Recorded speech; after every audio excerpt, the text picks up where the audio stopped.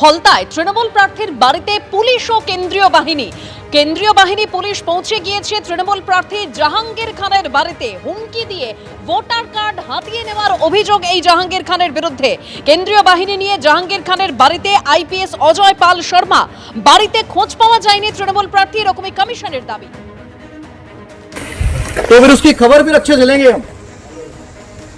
ये जहांगीर के घर वाले भी खड़े हैं, उसको बता देना कायदे से।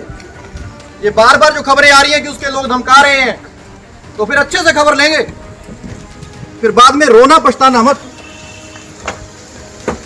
तो जहांगीर खान की क्या लगती है? अंकल ड्राइवर का नाम क्या है? जहांगीर के ड्राइवर का नाम আমি জানি না। तो तुम जानते नहीं? तुम्हें क्या पता उसके बारे में? আমার কাকা শুধু এই জানে। बस और कुछ नहीं पता है। कौन उसके साथ रहता है, कहाँ वो रहता है, कहाँ रहता है वो कहाँ है? इसी में रहता है? इस घर में तो कोई रहता ही नहीं है, तो ये बन रहा है। এই ঘরে থাকে ভিতরে। भीतर है एंट्री यहीं से है।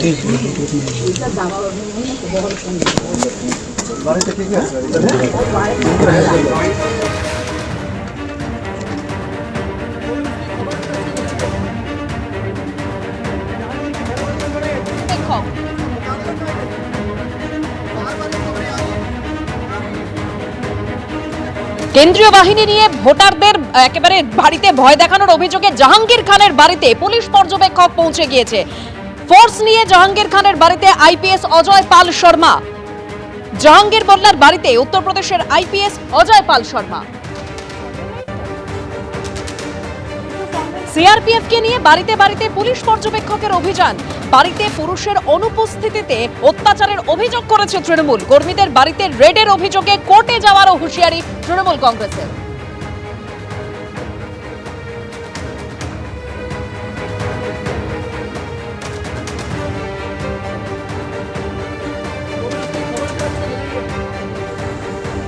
ये जहांगीर के घर वाले भी खड़े हैं, उसको बता देना कायदे से। ये बार बार जो खबरें आ रही हैं कि उसके लोग धमका रहे हैं, तो फिर अच्छे से खबर लेंगे, फिर बाद में रोना पछताना मत। तो जहांगीर खान की क्या लगती है? अंकल उसके ड्राइवर का नाम क्या है? जहांगीर के ड्राइवर का नाम আমি জানি না। तो तुम जानते नहीं? तुम्हें क्या पता उसके बारे में? আমার কাকা শুধু এই জানে। बस और कुछ नहीं पता है। कौन उसके साथ रहता है, कहाँ वो रहता है, कहाँ रहता है? ভিডিওটা আপনারা দেখলেন, সেটা দক্ষিণ চব্বিশ পরগনা জেলার ফলতা বিধানসভা কেন্দ্রের একটি ভিডিও। আর আমরা দেখলাম যে সেন্ট্রাল ফোর্সকে সাথে নিয়ে এই পুলিশ অবজারভার রাত্রিবেলা তৃণমূল কংগ্রেসের কর্মী সহ সাধারণ মানুষের বাড়িতে, বিশেষ করে এমনও বাড়িতে যেখানে রাত্রিবেলা কোনো পুরুষ মেম্বার ছিলেন না, পুরুষ সদস্য ছিলেন না, যেখানে মহিলারা বাচ্চা নিয়ে রয়েছেন, রাত্রিবেলা শুতে যাওয়ার আগে মানুষ ঘরের ড্রেস পরে রয়েছেন, সেখানে জোর করে রেড করার নামে তারা অত্যাচার চালালো। পুলিশ অবজারভার এবং সেন্ট্রাল ফোর্সের সম্মিলিত এই অত্যাচার আমরা দেখলাম।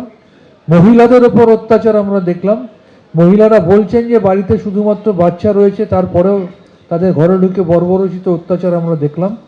আমরা পরিষ্কার বলে দিতে চাই, যারা এই ধরনের কাজ করেছেন, আজও সকালবেলায় আমাদের সাংসদ এবং প্রাক্তন আইপিএস অফিসার রাজীব কুমার জানিয়ে দিয়েছেন যে পুলিশ অবজারভারদের মৌখিক নির্দেশে অবৈধভাবে, যেটা আমাদের কোড অফ কন্ডাক্টকে ভায়োলেট করে, যেটা ইলেকটোরাল প্রসিডিওরের কোডকে ভায়োলেট করে, 500 জনের ওপরকে অ্যারেস্ট করা হয়েছে। এক্ষেত্রেও যারা যারা এই ধরনের ঘটনাগুলো ঘটিয়েছেন, আমরা কিন্তু কাউকেই ছাড়ব না। প্রত্যেকের নাম নথিভুক্ত করে উপযুক্ত তথ্য সম্মিলিত প্রমাণ দিয়ে আমরা উপযুক্ত ব্যবস্থা নেব এবং প্রত্যেকের বিরুদ্ধে আমরা আইনগত ব্যবস্থা নেব। এবিপি আনন্দ, এগিয়ে থাকে, এগিয়ে রাখে।